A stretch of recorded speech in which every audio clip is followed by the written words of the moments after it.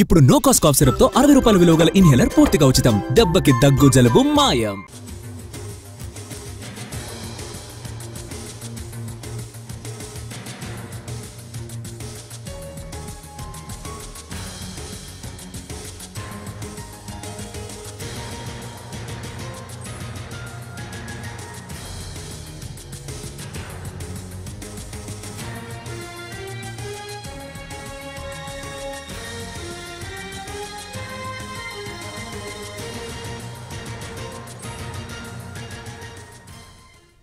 Betting app case విచారణలో CID దూకుడు పెంచింది. సిఐడి సిట్ ఎదుట అమృత చౌదరి, యాంకర్ శ్రీముఖి, హీరోయిన్ నిధి అగర్వాల్ హాజరయ్యారు.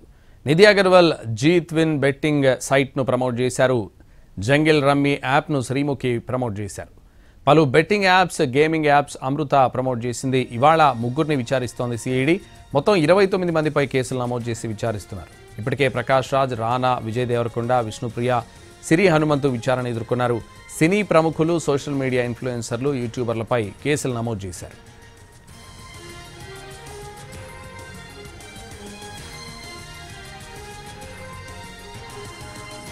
బెట్టింగ్ యాప్ కేసు విచారణలో సిఐడి దూకుడు పెంచింది. సిఐడి సిట్ ఎదుట అమృత చౌదరి, యాంకర్ శ్రీముఖి, హీరోయిన్ నిధి అగర్వాల్ హాజరయ్యారు. నిధి అగర్వాల్ జీ ట్విన్ బెట్టింగ్ సైట్ను ప్రమోట్ చేశారు. జంగిల్ రమ్మీ యాప్ను శ్రీముఖి ప్రమోట్ చేశారు. పలు betting apps, gaming apps Amrutha promote చేసింది. ఇవాళ ముగ్గురిని విచారిస్తోంది సిఐడి. మొత్తం 29 మందిపై కేసులు నమోదు చేసి విచారిస్తున్నారు. ఇప్పటికే ప్రకాష్ రాజ్, రానా, విజయ్ దేవరకొండ, విష్ణుప్రియ, సిరి హనుమంతు విచారణ ఎదుర్కొన్నారు.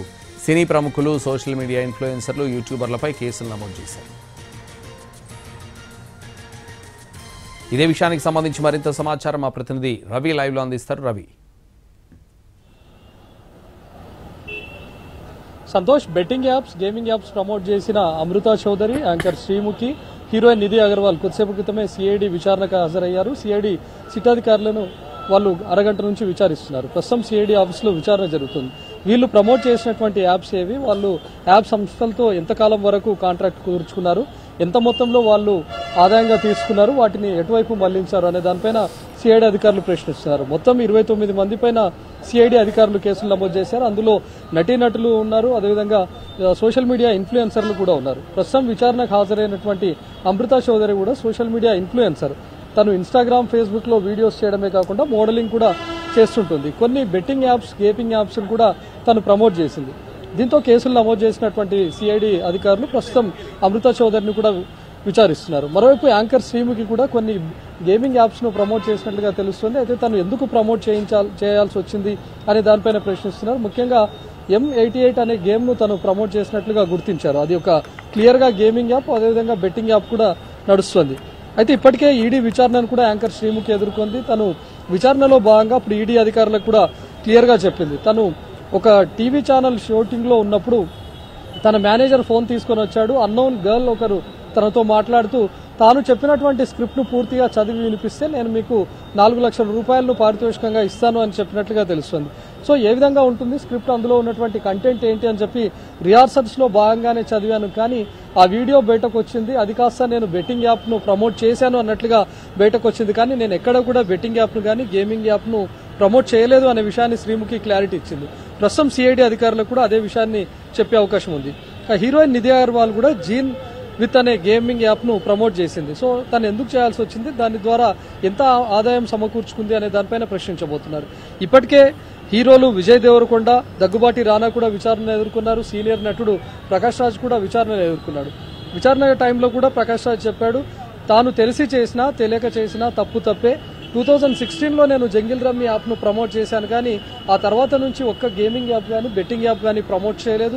2017 తర్వాత నుంచి రాష్ట్రంలో బ్యాన్ ఉంది, కానీ నేను బ్యాన్ కంటే ముందే యాప్ ను ప్రమోట్ చేశాను, ఇకపైన చేయను.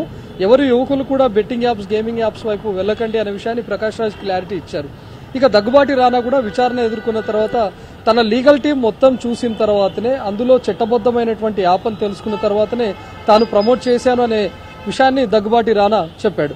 సో ఇప్పుడు విచారణకు హాజరవుతున్నటువంటి వారిలో చాలా మంది యంగ్ యాక్టర్స్, అదేవిధంగా యంగ్ నటీమణులు ఉన్నారు. వీళ్ళంతా కూడా తక్కువ టైంలో ఎక్కువ డబ్బు వస్తుంది అనేటటువంటి ఉద్దేశంతోనే ఈ యాప్స్ ను ప్రమోట్ చేస్తూ ఉన్నారు. ఎందుకంటే చాలా మంది మనం చూసాం, గతంలో పంజాగుట్ట విచారణకు అటెండ్ అయినటువంటి టైంలో కూడా ఒకరు తక్కువ కాలంలో ఎక్కువ డబ్బు సంపాదిస్తూ ఉండడంతో ఎలాంటి సినిమా అవకాశాలు లేకున్నా మీకు ఏ విధంగా డబ్బు వస్తుందని తెలిసినప్పుడు గేమింగ్ యాప్స్ కానీ బెట్టింగ్ యాప్స్ ను ప్రమోట్ చేస్తే ఈజీగా మనీ సంపాదించవచ్చు అనే విషయాన్ని తెలుసుకుని చాలా మంది బెట్టింగ్ యాప్స్ ను గేమింగ్ యాప్ ను ప్రమోట్ చేసినటువంటి వాళ్ళు ఉన్నారు. సో ప్రస్తుతం సిఐడి వాళ్ళపైన కేసులు నమోదు చేసింది, నోటీసులు కూడా ఇచ్చి విచారిస్తోంది.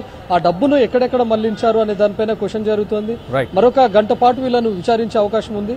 వీళ్ళు విచారణకు అటెండ్ అయిన టైంలో కూడా మొత్తం బ్యాంక్ స్టేట్మెంట్స్ కూడా తీసుకొని వచ్చారు. Santosh. Right, thank you Ravi.